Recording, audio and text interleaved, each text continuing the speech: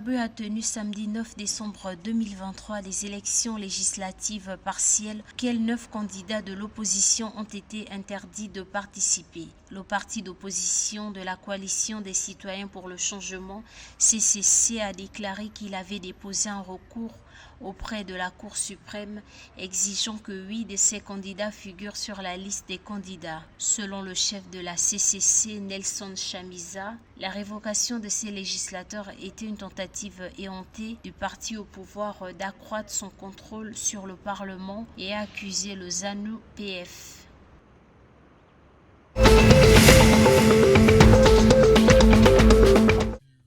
Pour la réhabilitation de la forteresse de São Francisco de Penedo, un accord de financement a été signé dimanche 10 décembre 2023 à Luanda, la capitale, entre le Portugal et l'Angola.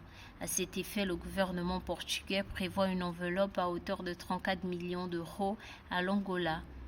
Les signataires de l'accord de financement étaient les ministres des Relances extérieures de l'Angola, Tete Antonio, et des ministres étrangères du Portugal, João Gomes Cravinho. Située dans la capitale angolaise et classée en 1992 patrimoine historique et culturel national, la forteresse de Penedo a été construite pendant la période coloniale pour surveiller la mer et protéger le port de Luanda.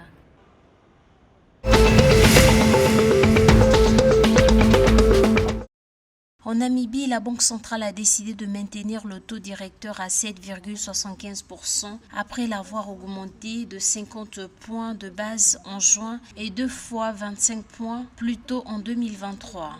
L'inflation dans ce pays d'Afrique australe a augmenté à 6% en glissement annuel en octobre contre 5,4% en septembre, a annoncé le comité de politique monétaire de la banque.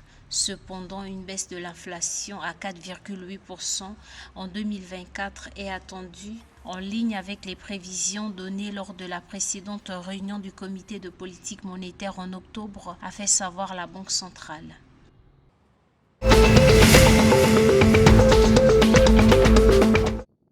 Afin de venir en aide aux personnes touchées par le cyclone Freddy au Malawi, 185 886 ménages bénéficieront d'un appui de financement en réponse au cyclone Freddy. Plus touchés, 35 000 ménages du district de Chikwawa devraient bénéficier du programme de transfert social en espèces. C'est ce qu'a récemment annoncé la directrice de la réduction de la pauvreté et de la protection sociale au ministère des Finances, Kate Longwe, qui a réitéré la nécessité pour les bénéficiaires d'utiliser cet appui à bon escient. Régulièrement touché par des sécheresses, des cyclones et des inondations, le Malawi a enregistré d'énormes pertes dans le secteur agropastoral. Près de 2,3 millions de personnes ont perdu leur récolte et leur bétail selon les données officielles.